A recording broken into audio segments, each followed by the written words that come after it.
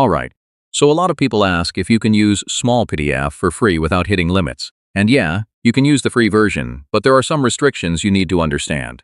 So in 2026, let's go step by step and see how to use Smallpdf free version the smart way. First, Smallpdf free plan lets you use basic tools like compress, convert, and edit. But there are daily usage limits and some features are locked. Stick to free tools like PDF to Word, compress, and merge. These usually work without payment but may have daily limits. If you upload large files repeatedly, you'll hit limits faster, so keep your file sizes small when possible. You can use Smallpdf without signing in for quick tasks, but logged-in users usually get slightly better access. If you reach a limit, sometimes clearing cookies or switching sessions can reset temporary restrictions.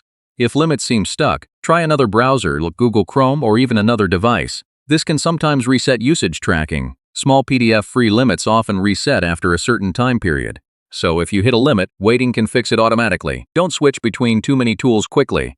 Use one task at a time to avoid triggering limits. If you need unlimited access, then the Pro plan removes restrictions completely. But that's optional, so yeah. That's how to use Smallpdf free version without running into limits in 2026.